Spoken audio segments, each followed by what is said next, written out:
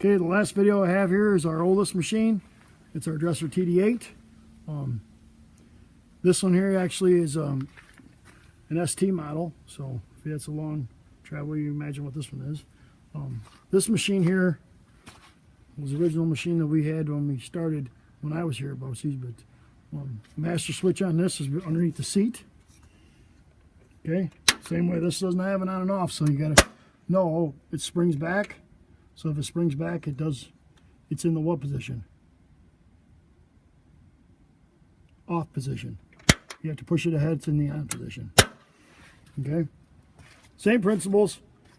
This one has decent rousers on it right now. Rear sprocket, carrier roller, front idler, rollers on the bottom, track guides, same principle as they always have. The pins and pin keepers are a little bit different.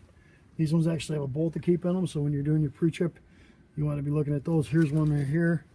It's actually been wearing a little bit, so we want to look at those.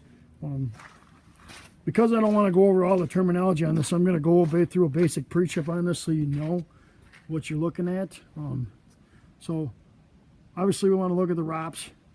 Okay, roller protective structure, make sure that's in good shape.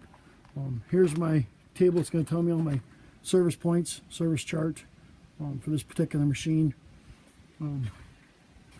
Look at my undercarriage, make sure that's in good shape. Grousers are good. Cylinders aren't leaking, it's been greased. Front radiator is clear of any obstructions. I'll look underneath, make sure there's no oil leaking. Okay. Cylinders not leaking any oil. Front cutting edge looks good. Corner bits are in good shape. Grousers are good. Same thing here. Pins and keepers look good here. Nothing leaking there. ROPS on top looks good. Same thing on this side here. The tracks look like they're in decent shape. That's where I check my hydraulic oil on this particular machine. Transmission fluid. This is a torque converter, automatic type transmission. Between the seat, there's a where you check it right there. Okay. So I'm walking around to the back of this machine. I'll look at both of my final drives. Underneath, there's no oil leaking underneath them, so they both look good. Okay. If I was going to check these, I would take these plugs out right here and check them. Take dirt out, put a ratchet in there, or breaker bar in there, and go ahead and break them loose. Check them. Okay. This machine is similar to the case, but it's a different operation technique.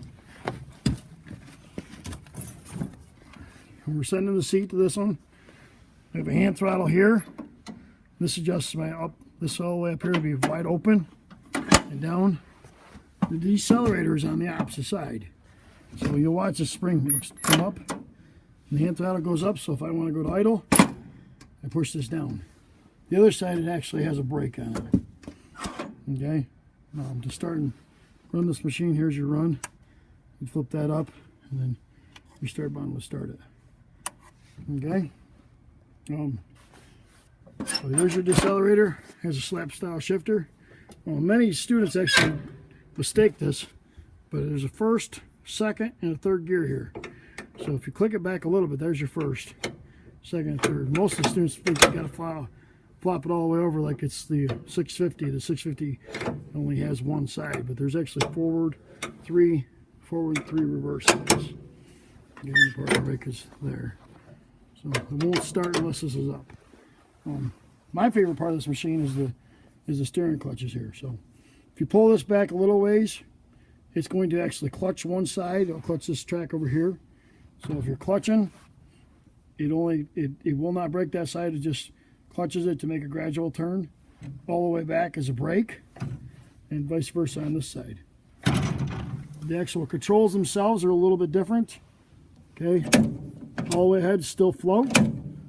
These are a little bit sloppy, but the same controls for these, but there is no twist handle for this. So if we want to twist or angle the blade in that direction, we'll use this side control over here. Okay. But yeah, like I said, old dozer, but very, very good principle. Like I said, I hope this video is helpful for anybody that needs to operate this machine. Thank you for watching.